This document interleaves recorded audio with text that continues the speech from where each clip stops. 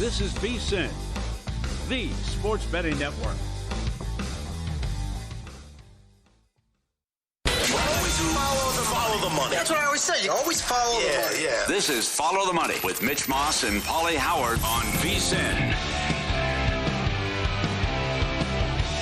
Here we go. It is Follow the Money on VSiN, the sports betting network. Mitch Moss along with Paulie Howard. We are live in downtown Vegas from the Circa Resort and Casino. Fun 3-hour program lined up today. Plenty of hoops. Seth Greenberg, ESPN on the show coming up in 30 minutes. Max Hoffmeyer, 2 full segments. He's going to have some long shots to give out in these conference tournaments. That's in 90 minutes from right now. Tim Murray as well on the show today. He was 4-0-1 in the first weekend of the college basketball invitational, the contest here that goes now until the end of the tournament. Paul Stone started 5-0, the defending champ. Tim Murray right on his heels with 4 wins, 0 losses, and a push. And I think when it comes down to it, Paulie, in the next month, we're going to have similar tones to last year, where it was only the second time ever in the history of the tournament to get all 4 number 1 seeds playing in the Final Four. I think we're getting at least 3 again this year, and it depends on who that 4th number 1 overall seed is going to be. Florida now right on the heels of Connecticut to get that 4th number 1 overall seed. If you told me right now that it's going to be Duke, Michigan, Arizona, and Florida as the number 1s, I'd tell you we're going to get a repeat. I think those are the 4 teams that are going to make the Final Four. Wow. And you could, by the way, you can bet that right now. Will a 1 seed win the whole thing? Is $1.80 at Caesars? Yeah, that's a good price. And also, Jeff Benson did the hypothetical, the Big Four against the field. The Pat 40 tweet over the weekend was great. Mm-hmm. I watched Michigan Friday night and said that's the best team in the country. Then I watched Duke. Of what I did to Virginia, that's the best team in the country. But then I had to change it to Arizona, and then I changed it Saturday night after Florida took Arkansas behind the woodshed. And again, the second half and how they demoralized and dominated them, too. That's an excellent tweet, and those teams were very impressive starting Friday. It was an excellent job. And shame on you for getting a haircut. I can't believe you caved. Oh, you want to bring it up already? Can't believe it. I thought you were going to go strong here, like the kid from Man U. I mean, I thought maybe you had a couple of years in you as well. But it's also, there's nothing worse than either a bad haircut or, as a result, miscommunication, where you're clear on take this much off or do this, and then they totally butcher it, screw it up, and I thought you, and then it's like, what am I going to do now? I got to walk around like this. 4 months, no haircut. It's 6 months in, it really starts to take shape and look really good. It's the kind of no man's land, as I call it. Again, the process. It takes a minute, and in the middle, it might get a little sideways. Like 2 weeks ago, I thought I had great hair. Anyway, long story short, then also on vacation, we went swimming a lot with Sebastian, and I realized that's not long hair, swimming, pool, in the ocean, horrible. It appears there was miscommunication. The top's long, and the sides and back are short. Yes, and so then it was also 90 in Las Vegas this week, and I'm like, I'm going to need to get a haircut because long hair. And so I went there. Yeah. I had it planned after the vacation. I'm like, I need to get one. And I told her, like, I haven't had a haircut since October. I want to keep growing it out. Just clean up the sides and the back. That's all I want you to do. And just, I'm not really paying attention. Okay. No, and then, and I'm like, looking in the mirror. Okay, that'll do that then. Yep. So I've done that. That's adjust on the fly, I guess. Okay, then take that all the way across then. It's backfired several times to me with take a half inch off, take an inch off, whatever. And then it's anyone's guess what's going to happen. You can't back that up. No. Tough. So, well, here we are. That sucked. That's 4 months down the drain that I look at it now. Yeah. But here's the thing, right, with the teams at the very top again. This is a great tweet from Matthew Winnick. Legendary season at the top. So where these teams would rank in net rating in previous years, if you go back to last year, in order, Duke, Michigan, Arizona, and Florida, where they would rank in net rating. Last year, they would have been 1, 1, 2, and 5. The year before that, they would have been 1, 1, 1, and 2. In 2023 and 2022, they all would have been number 1 overall. 2020, the same thing. Last year was special. Duke at the top, very good. They didn't win the whole thing. But combined with Houston, Auburn, and Florida, those 4 teams had incredible net ratings, some of the highest we've had until this year. And if you just go back to the last 6 years to compare it, these teams, the separation from the top 4, because Florida now has to be included in that mix. What they did to Arkansas on Saturday night, they scored 110-plus points, 55% from the field, 40% plus from 3, and they won by 30.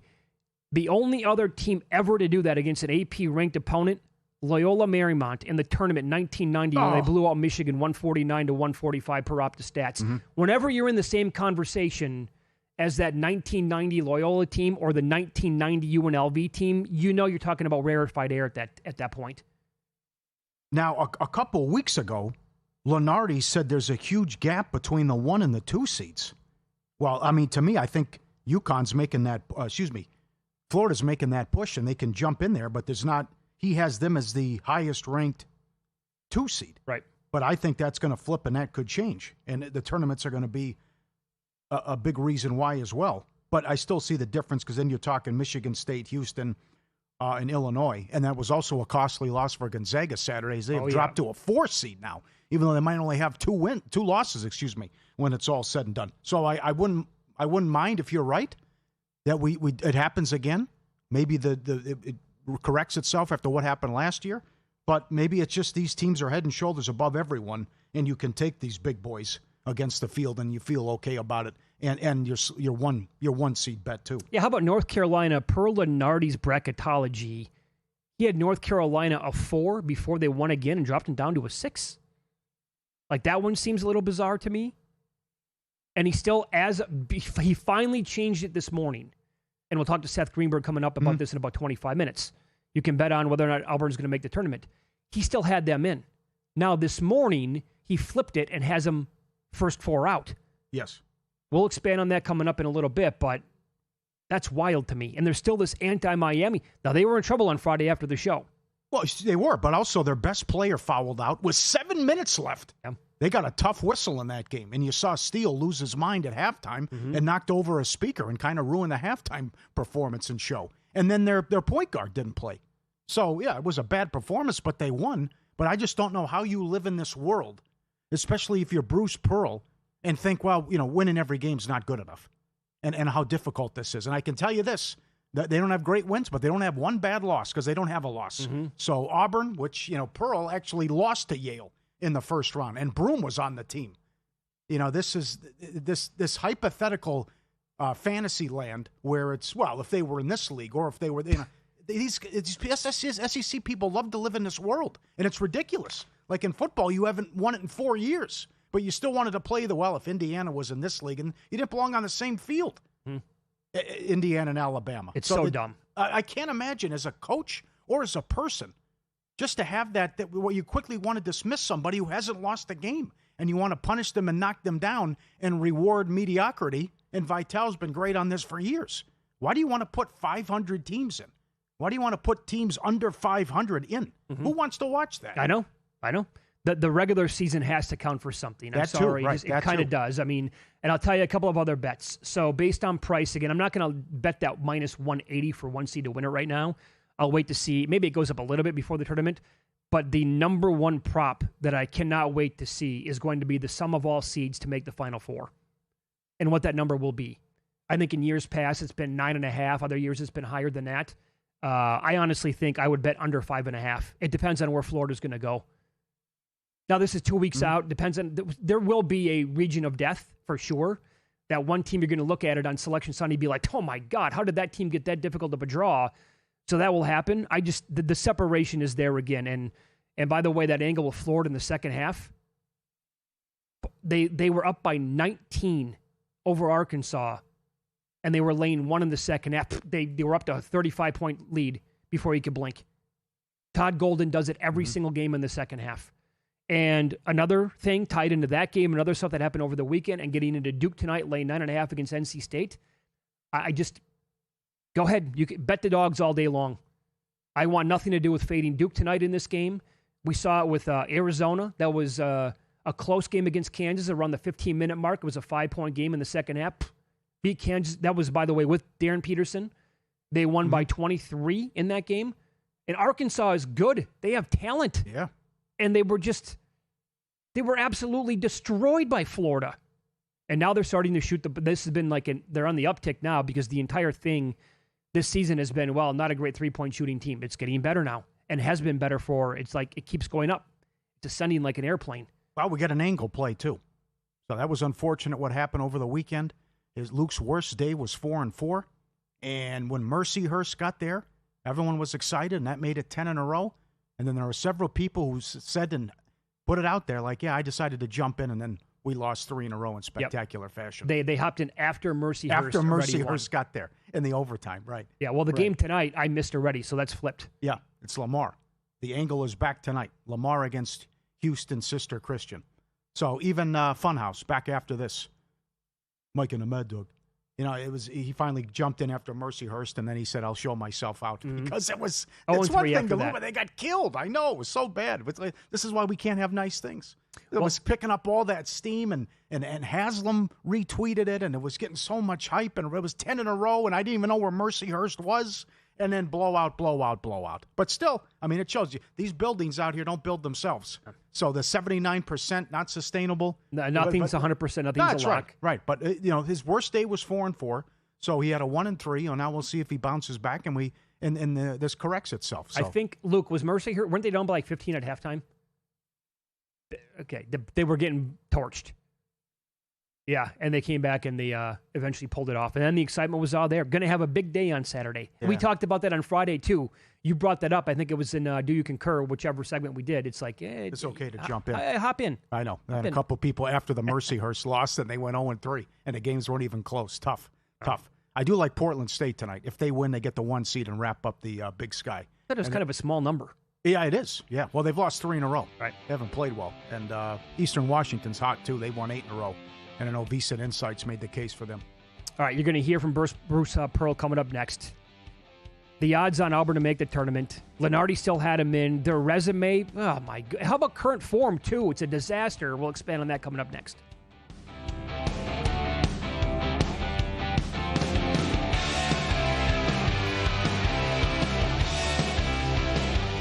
What do you get when you combine a former MLB GM, 2 former players, fantasy experts, and sharp wagerers in one baseball draft? It's the 2026 VSiN MLB Futures Draft. Join us on Tuesday, March 3rd at 1 p.m. Eastern as our team of experts select their division, league, and World Series champions. Plus, they'll choose award winners for the upcoming season. It's the 2026 VSiN MLB Futures Draft. Tuesday, March 3rd at 1 p.m. Eastern on VSiN, the Sports Betting Network. This is VSiN, a network of sports betting analysts, writers, hosts, and handicappers, all here to help you become a more confident bettor. We broadcast live every day from Las Vegas, the sports betting capital of the world, and from studios across the country, giving you insight from every angle of the action.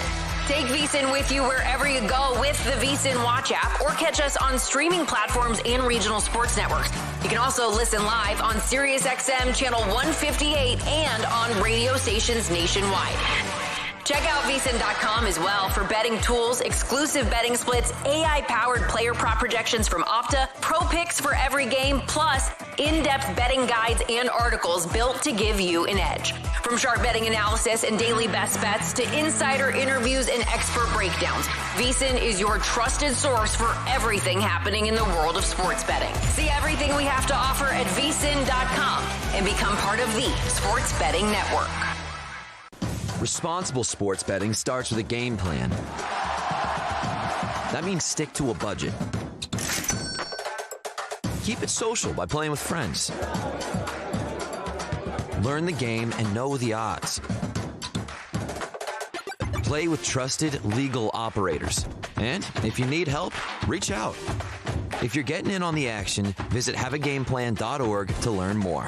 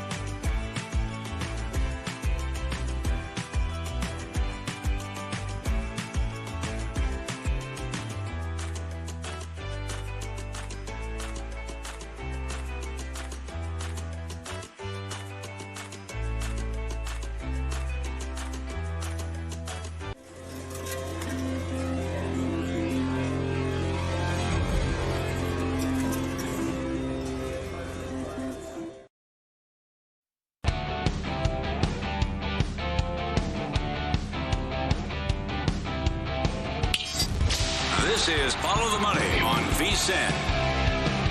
All right, so we do have some news in the NBA to discuss before we get back to betting on teams to either make or miss the tournament for March Madness. Cooper Flagg is doubtful for tomorrow night. Doubtful. So he's not listed as out at this point. Incredible. Knipple was plus 450 last week. He's now minus 175. Right. So you could lock in a profit if you took Knipple and take some money back on Flagg if you'd like, but I think he's going to come back probably this week at some point. The fact that he's not out right now, a day in advance, he's doubtful, tells me that he's going to be available sometime soon. Also, this came down 5 minutes ago. Trae Young's going to make his debut Thursday for the Wizards against the Jazz. You see that? No, this is crazy. I know. I'm blown away by the Giannis news. Did that not come out of... I cannot believe it. That came out of left field today, no? Oh, number one, if he gets hurt, it's unmitigated disaster because they tried to trade him at the deadline, and then if he has a serious injury, that's catastrophic. Number two, you could blow the top 10 pick if they win. They had been playing well, but then blew one. They got blown out by the Knicks and then blew a horrific loss yesterday as the Bulls had lost 11 in a row and they blew a big lead. But now it's like, well, whatever he says, they're going to do. I guess. And he wants to come back, but this is, I mean, imagine it's a double whammy. If you still can't make the play-in and you fall out and then you blow the pick, or if you could sneak in there, I don't understand. What just to be a 1-8 seed? Maybe he wants to get the one. I mean, they're 10-1 to make the playoffs. Right. Maybe they're a huge number to win the East. I'll tell you, would Detroit want to take on a Bucks team in the 1-8 versus that squad with a healthy Giannis? I'd rather play them than Charlotte. Charlotte, I think, is a team that I'd worry about. I want absolutely nothing to do with Charlotte. Yeah, Charlotte's hot, but this is Well, how long does he play, and then how long does this continue and go for? You know what? Knowing Freak, he wants to come back and play for a month and a half, and if it goes well, he's going to change his mind. Well, I want to stay here. I know. Some have said this is an organizational malpractice. To me, you just put the contract extension in front of him, and if he balks at it, then you have to move him. And if that indeed happened, because he's Mr. Nice Guy and won't request a trade, you cannot do this. Yeah. Well, by the way, if he gets hurt, it's an unmitigated disaster. So the whole speculation around the Wizards and Trae Young was that he was going to be shut down for the entire year. There's like 20-plus games left. And they are in action tonight. They're catching a huge number, and they're obviously one of the big tanking teams. Well, you could do some second-half shenanigans, too, which has been done. Yeah, certainly has been. Yeah, surprising. Yep. All right, so here's the deal with teams to get into the tournament, teams to make, miss. The back and forth between, Miami and Auburn, are they going to get in or not? Well, the team out of the SEC is 15-14 on the year. They're 6-10 in conference play. They're 40th at Ken Palm. They're 45th at Torvik. Those numbers are going to be what the committee will look at, and others and say they're too good of a team. You got to put them into consideration. They beat Kentucky by 1 at the buzzer for their only win in February. They're 1-7 in their last 8 games. Now, if you go back earlier in the season, they have wins over St. John's on a neutral, NC State at home, Arkansas by 22 at home, and not that long ago, they actually won at Florida by 9. That is what people are going to circle as well and say, really, this team can go to Florida and win by 9, and Miami, Florida has a horrendous schedule, SOS? Come on. They also lost to Houston by 1, to Michigan by 30, Arizona by 29, Purdue by 28. Here's the deal. Recent losses for this team. Current form, you nailed it. Oh, my God, Paul. They lost at home to Ole Miss by, that was over the weekend. Ole Miss is 12-17, 4-12 in league play. They lost by 12 at Oklahoma, 15-14 on the year, 5-11 in the SEC, and they lost at Mississippi State, 13-16 overall, 5-11 in conference play. Plus 210 to make the tournament at DraftKings. Oh, so it went up a little bit. Yep. But this is, you're going to have some nice wins, but you also get 15, 20 chances. It's like the Ohio State thing. Huge win yesterday, but that's only like their second quad 1 win. So, I got a couple quad 1 wins. Well, you get 15 chances, right? So, and also the most deserving thing drives me crazy. Excuse me, about best. You don't know best. It should be most deserving. It was the same thing for years and what it should be in college football, and it's the same thing here with the madness, where you don't know best because this is what makes the first 4 days the best 4 days in sports, and the upsets and the little guy. And a team and a university you've never heard of, or a guy you've never heard of, comes out there in like an Oral Roberts situation, and they win a couple games. But it goes back to, he said he shouldn't be on television. His son coaches at Auburn. There was no pushback by anybody else. He retired basically the day before the season started to hand it to his kid. Yeah, but for a coach to have that mindset of not recognizing a team's accomplishment for not losing a single game as we're into March and you have to win your conference tournament is just disappointing.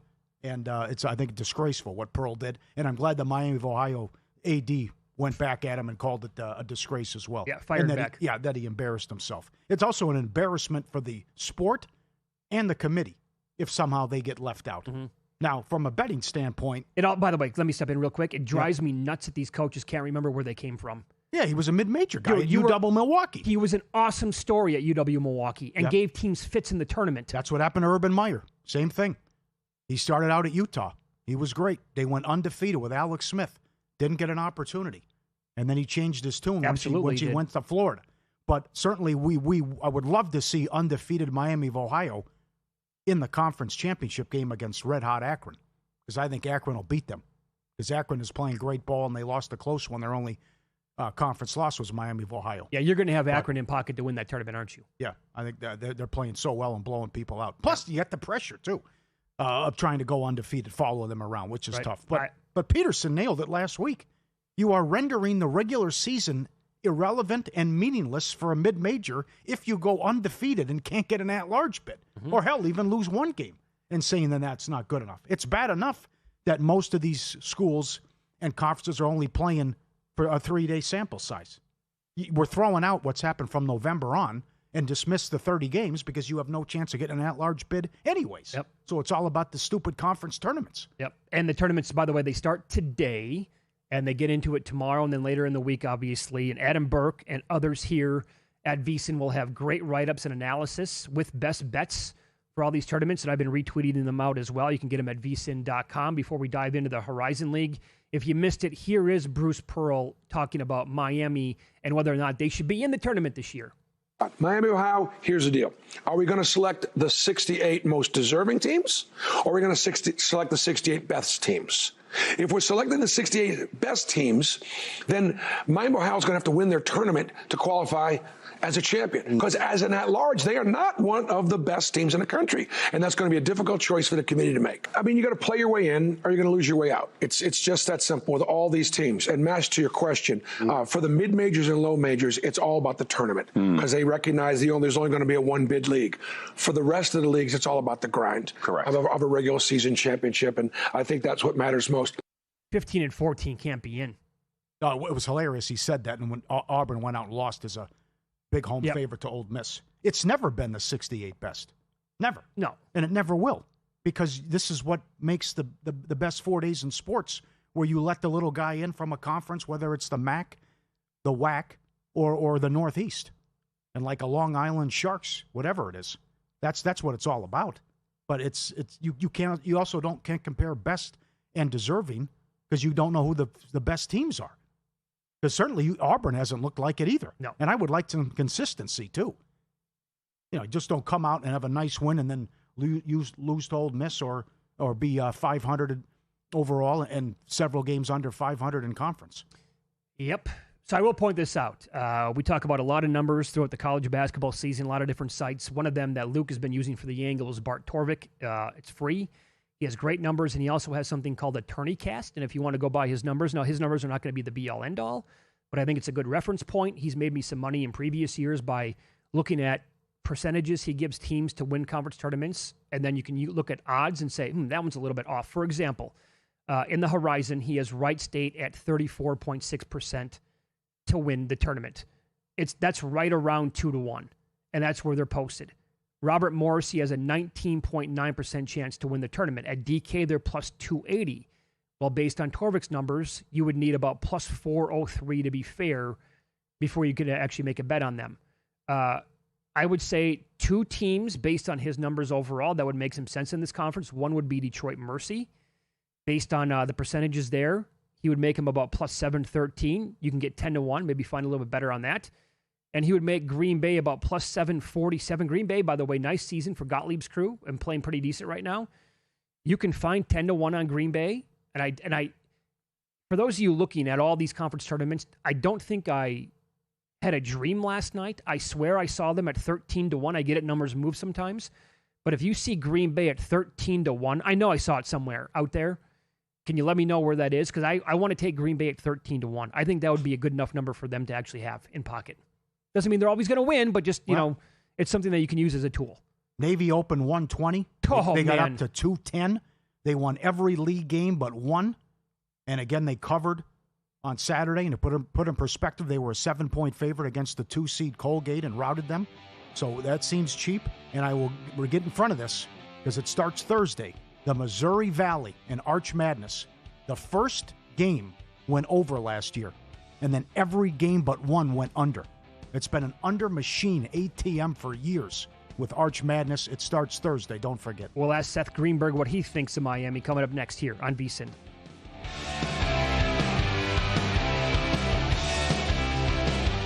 Time. There's nothing more valuable. It's what drives everyone to make the most of every moment. We celebrate living large in the now.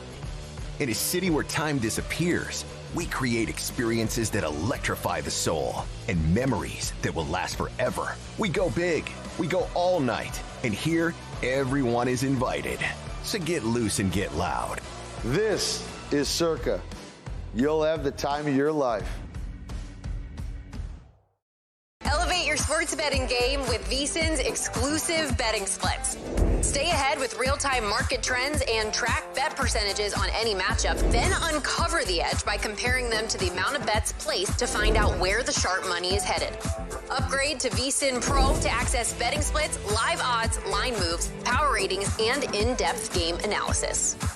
Go to vsin.com/pro to join VSiN, the sports betting network.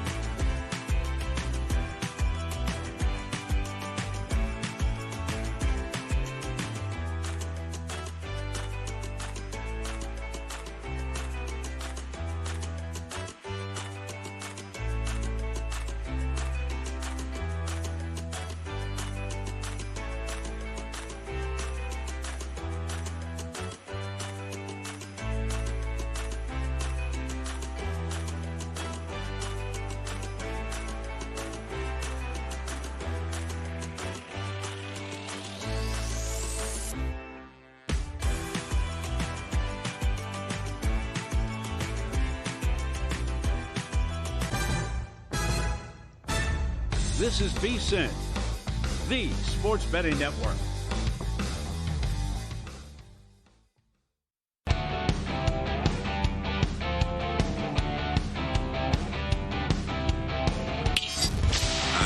Follow the Money on VSiN. More college basketball here as Seth Greenberg joins the program, ESPN college basketball analyst, longtime coach as well. Seth joins us here on the Progressive Guest Line. Thanks so much for the time today, Coach. We appreciate it. How are you? My pleasure. You guys doing all right? Great time of the year. Yeah, oh, it's the best. It's the best. We were just like everybody else with this sport. We were talking about Miami and where people stand on them as they have a couple of games left in the regular season before they enter the MAC tournament. What's your opinion on them? Do they have to go undefeated in the regular season and win their conference tournament to get in? I think if they go undefeated in the regular season, they should get in. I mean, it's your body of work. It's hard to go undefeated, especially in that conference where there's such a level playing field. There's really not a great advantage. It's one of the most level fielded conferences in the country. And to win on the road in that conference at places like Toledo and Kent State and Ohio University and the Michigans is not easy. And I understand, look, it's hard. I've been at mid-majors. It's hard to schedule the mid-major. Yeah. But they've won a ton of close games, but they've won those games. Now, they got knocked out in the first round of the tournament. Might be a little bit shaky because that means they're losing to a team that is not in the upper echelon. But no, I think that their body of work says they deserve an opportunity to compete in the tournament. Totally agree with you. You were outspoken on the Peterson issue. How was your idea received of let's come together and have a press conference with everyone involved? I don't know. You follow social media. I don't follow what people say about what I say. I say what I think, and people don't like it or have a problem with it. I got no problem with it. This is the great thing about America. Everyone's entitled to their own opinion. If you follow my opinion and you take a shot at me, so be it. I don't follow you, so you want to say something about me, no problem. It's, I don't worry about it. I mean, it was just a common sense thing to say, if you're having a situation, instead of ignoring the situation, you meet it head on, you bring the parties involved, and you control the narrative. Instead, everyone has their own opinion of it. And, to me, it's GR 101. It's a common sense solution to the problem. You get all the people that are involved. You answer the question, and the doctor says what's going on. I understand HIPAA. We're not doing it behind anyone's back. It's the kid who's actually doing it. Mm-hmm. So, I mean, it's the kid to do it to control the narrative. Kid to do it because he's going to have to answer those same questions, when he goes for his interviews with the NBA. The kid's a terrific player. My bigger problem right now is Kansas not playing very well because the ball's getting stuck when he plays. Yeah, how about that? Mm-hmm. So without him, they beat Arizona at home a couple of weeks back, and then with him over the weekend, they were blown out by 23. What do you think their ceiling is with a healthy Peterson? If they learn to play with him and not to him and through him, I think they can make a deep run in the NCAA tournament. But you can't just snap your fingers and say, "Oh, Darren's back, all right, everything's going to be the same," because it isn't. Melvin Castle's got to stay aggressive, and Trey White's got to stay aggressive, and Badinga's got to stay aggressive, and Tiller's got to get his touches, and Peterson's got to get his scoring opportunities in transition, where he's dynamic, all right, on advanced passes or off a rebound, and the flow of the offense. And unfortunately, right now, it takes time to develop that chemistry, and who knows if they have enough time to do that, but it can't be 8 eyes. And what I mean by 8 eyes, if he has the ball and 8 eyes are staring at him, that's not Kansas basketball. Bill Self's teams move the ball side to side. Bill Self's teams move the defense and share the basketball. They had 8 assists the other day against Arizona. 8 assists. Mm-hmm. I can't imagine Bill Self has had another game where one of his teams only had 8 assists. Who do you think has the best A game right now? I was at Florida the other day. I don't know about the best. I mean, Duke's playing really well. Different. Florida, in terms of offensively, defensive, explosiveness to their offense, their pace that they play with, how fast they change ends, how dynamic those big guys are. Man, that was impressive. It was really, and then their ability to be physical defensively and protect the rim and angle off drives. They've got great momentum. I mean, they've clinched the SEC, and which is a great accomplishment, and they have a great chemistry. They got a nice 8-man rotation, which I think is really important. Isaiah Brown was not good. He was great the other day. So, I mean, look, we talk about Michigan to nauseam. We talk about Duke. a great deal. Arizona's trending up now that they got Pete back and they got an aggressive Del Orso, a confident Del Orso, a confident Korchenkov. I mean, those are really big things now. Like Korchenkov and Del Orso, when Pete was out, averaged 15 and 13, I think, each. Well, that was a long way from where they were just not as much in the flow. They've gained confidence from, having to play more significant minutes and being a bigger part of the offense. So Arizona's playing really well also right now. I mean, the other night with Pete, I thought they were really impressive. But Florida blew me away. Mm-hmm. They blew me away. The pace and physicality defensively blew me away. Same here. Follow the money on VSiN, the Sports Betting Network. Seth Greenberg, our guest, ESPN college basketball analyst, obviously longtime coach. He's on the Progressive Guest Line.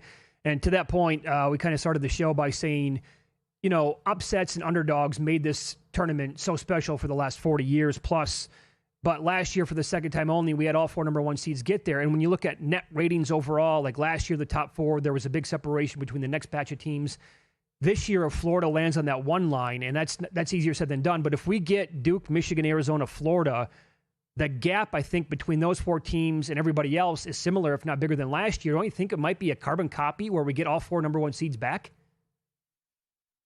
It could be, yeah. I think Florida's in that conversation because the next level of school, like Houston, has struggled a little bit. They've lost their identity. Obviously, they got it back from Colorado, but that was against Colorado, a very young team. Iowa State's got an identity and can put pressure on you, but they struggle making free throws down the stretch. Can you win, 4 games to get to the Final Four with that? Connecticut is, I think, the wild card in that what you're saying, because Connecticut, when they're really good, they're really good. They got to find a way to score a couple more easy baskets, but they are really good. They're defending better and with a greater purpose, which is really important for them. Guarding the ball at the point of attack is really important to them. Seeing them in a short turnaround, having to guard what they do offensively is really hard. They can just find a way to get a couple more easy baskets. They would be in that top 4 group. What do you make of Patino's club this year with St. John's overall? I asked you about the ceiling for Kansas. You gave me a totally fair answer on that. What do you think the ceiling is for St. John's this year?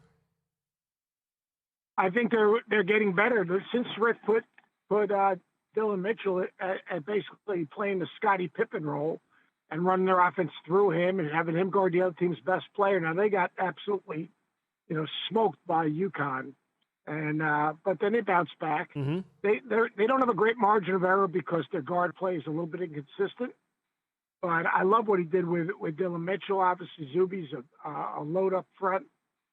Just their perimeter game at times, they don't shoot it great, or their shot selection is not great. In the tournament, style of play again, if they can turn people over a little bit, and the versatility, they got to get more consistent play out of Hopkins. If they get more consistent play out of Hopkins, I think they could be a little bit dangerous.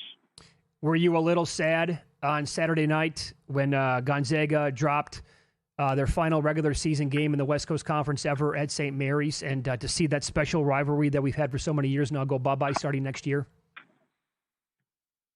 I don't get sad about teams I'm not coaching. But I think that hopefully they will continue to play. It won't be the same, because when you're in the same league, there's a real rivalry. You're playing once a year. That thing's going to turn into an NIL game is what it's going to do. They'll probably play it in Spokane one year. They'll play it in the Bay Area one year. They'll sell arenas out, and players will make a bunch of money, and it'll be on national TV, and it'll be a great event. And so they'll get an outside promoter to put the game together. They should do it now. I mean, both teams would benefit from it. I mean, including Gonzaga playing in the Pac, because the Pac is not like, UCLA and Washington, and the Pac is the Mountain West. Great job, Coach. Thanks for a few minutes. Enjoy March. Talk to you soon. Yep, you got it, guys. Thanks for having me. I appreciate you. I made a lot of good points there. Number one, about bringing everyone together, and let's have a press conference about the health and what's going on with Peterson. Right. And the other one, and I'm glad Travis Steele, the head coach, pointed it out. You won't play me. I'm trying to play you non-conference, and you won't play me. Right. Well, what am I supposed to do then? Because, am I going to get rewarded for a close loss? No. I'm going to lose. And it goes back to college football before we had the playoff. They wanted Boise State to, why don't you go to Alabama and then go to Florida State? What? That's not how it works. Right. Why don't you come and play me once? Or why don't we play on a neutral? Yeah, this is asinine how we're treating this Miami team about, well, you should schedule your ass off or do this or do that. I mean, come on. Do you know what the narrative would turn into under that then scenario? If Miami if one good power league team would play Miami and Miami would lose by 10, people this time of year, like Bruce Pearl, would say they had their chance. They had their chance. Meanwhile, you play in the SEC, you got 20 chances. That's right. Win, lose next. We had simultaneous kick-to-the-stomach meltdowns happening on Sunday afternoon, and guess what? I was involved in both. Details coming up on Follow the Money. It's VSiN, the Sports Betting Network.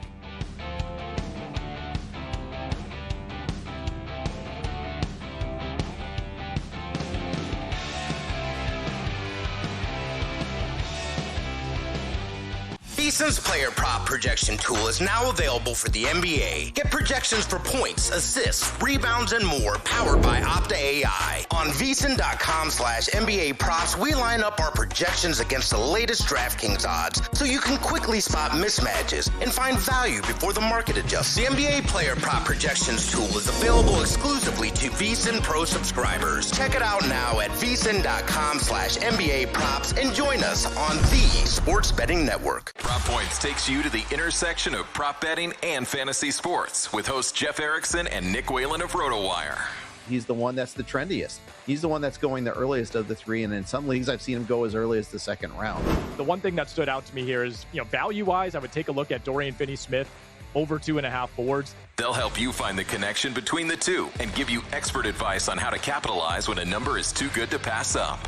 Prop Points every weekday at 1 p.m. Eastern, only on VSiN.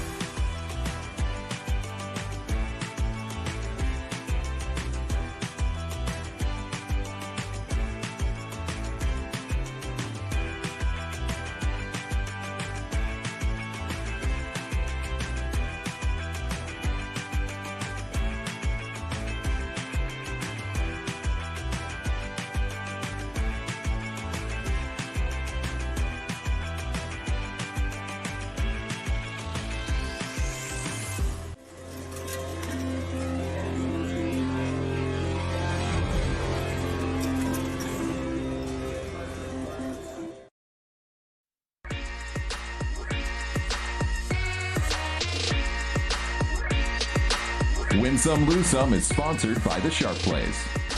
Were you a winner last night? Wow, winning. Or was it a rough one? Well, they can't all be winners, can they? Loser! You're a loser! Paulie Howard recaps the night in sports betting in Win Some, Lose Some. Start with soccer. Friday in the Prem. Wolverhampton plus 370. Everton Saturday plus 340. College Hoops Madness Friday. Canisius 4-1. Niagara plus 320. Georgia Southern plus 270. Saturday, Mississippi Valley State 8-1. Ole Miss 5-1. Notre Dame plus 220. Central Michigan plus 230. Citadel plus 570. What a win by Texas Tech. Hard to get there with Iowa State. That was a great win by Texas Tech. To do that without Toppin, and they were clearly the better team the entire time. Yep. Detroit 3-1. Pitt plus 270. And Sunday, Ohio State plus 240. Cal Riverside, team total 11-1 overrun. Navy did it again. 17-1 in the Patriot League. 13-2 ATS run in conference games. St. Mary's 8 wins in a row, and I think for the 4th year in a row, at least a share of the West Coast Conference title. And I hope Coach is right that they keep this going now that Gonzaga is going to the Pac-12. They got to keep playing that game. By the way, good angle for those people who were on St. Mary's in that game. They knew it was the last time that program was ever going to play Gonzaga in a league game, and how big that rivalry has been now. Yeah. Some people have called it the best college basketball rivalry for like the last 10 years. Down 7 at the half. Huh? And they were, oh man, they took them apart in the second half. Yep. Echeverria, 55-1 in golf as well.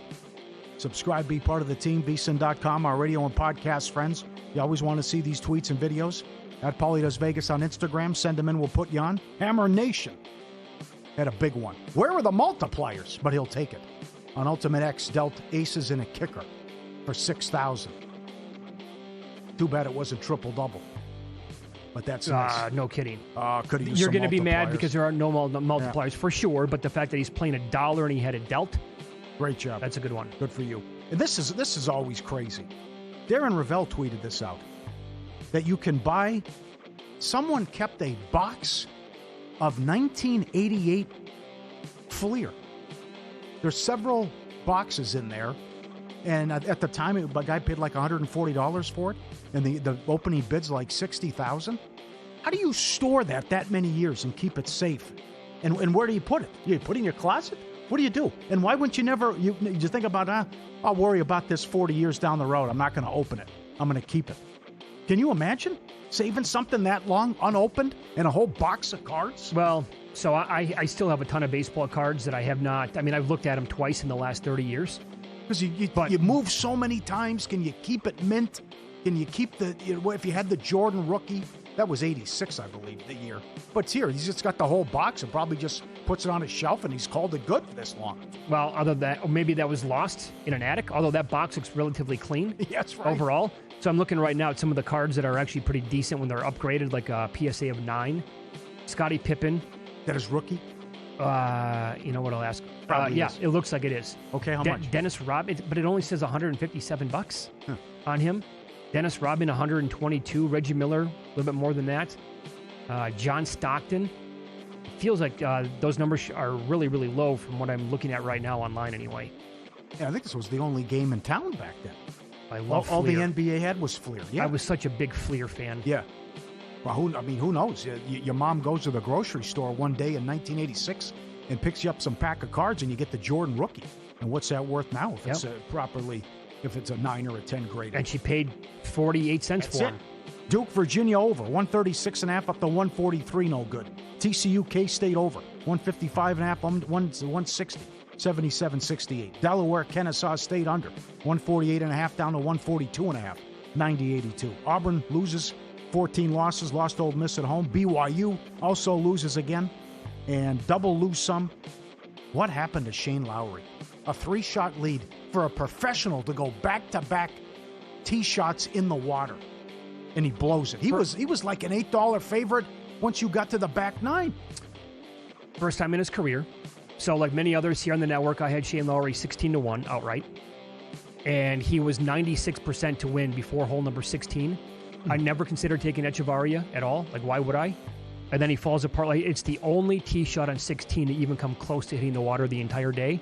Paulie, at the same time yesterday, I'm watching that unfold, and I also had the Milwaukee Bucks on the money line yesterday against the Bulls. Not first half full game, up by 15 in the first half. The Bulls went on eventually a 27-0 run. They outscored them 69-31 in the second half. How'd that happen? Lost 11 in a row. They didn't win a game in February. Yeah, right, yeah. I'm just like, what did I do to somebody here to deserve this? Yep. I mean, that is a massive swing in like a 15-minute stretch. More surprising is Lowry. Well, no question. No doubt about it. Meltdown. Bad for the books. Cal Baptist took over money again. This time it was right. 134 up to 139.5, 82-67. UTEP Western Kentucky over 140.5 up to 146.5, 97-65. Cleveland State, Bob Morris under 162.5 down to 156.5. And a horrific beat from Friday in the NBA. The Cavs, hey, great job. No Harden, no Mitchell. They're up 9 in Detroit with 2:40 left. And then up 3, they were going to foul with 5 seconds left. You can't call that at half court. That was terrible. They made the 3 free throws. Detroit wins in overtime. Can't make that call. College Hoops Grind is where real bettors find their edge. Dozens of games at night, constant line movement. Look for the angle as well. An opportunity for those who know where to look. Sharp Plays been at it since 2011 with Follow the Money since day one. The AI plays are up 30 units. Free reports, alerts, public logs, transparent results. Mr. Poison at it again. Look for those tweets and reports every single day.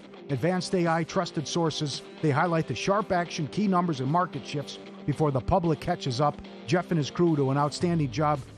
Get involved now and get on board and own the boards in March. SharpPlays.com. I'm looking at an updated link to that 1988 Fleer set. This seems much more accurate. And in fact, this was updated in mid-February. A Pippen rookie's got to be worth something. It's worth $2,000. Oh, that's okay. That's a PSA 10. Yes. So there are several Michael Jordan cards, evidently, that are like there's an all-star card of Michael Jordan. A PSA 10 is at $5,500. In 1988, 12 unopened boxes went for $144. It sold for $60,000 last check. That was the leading bid, at least. Yeah, there's another Michael Jordan card in there that's worth $3,500. All right. And yeah, the Reggie Miller rookie card is the PSA 10 is valued at $2,000. The Scottie Pippen rookie is valued at $1,750 when it's a PSA 10, and the Rodman rookie is $1,600. So not to bore everybody here by going down the list and telling you about everybody in that set, but I think there's a chance here where you could pop a couple of those Jordans and get a couple of Reggie Millers, and you're going to be coming out on top of that. I got excited when you sent that over. I'm like, what is that going for? That actually might be worth it. Then you see $60,000. I'm like, yeah, it's for a person who doesn't collect cards anymore. I'm not, 86 was the nuts. And with the Jordan rookie. FTM at VSiN.com, email or tweet at us as well. Haircut horror stories. Like, want to hear from you as well. I had one in 1987. It was right before school pictures, living in Wisconsin. I had a crew cut back then. I was a portly fellow. And I walked in, I told the gal, my mom dropped me off. And I said, give me the crew cut. Take a little bit off the top, whatever. She shaved my head.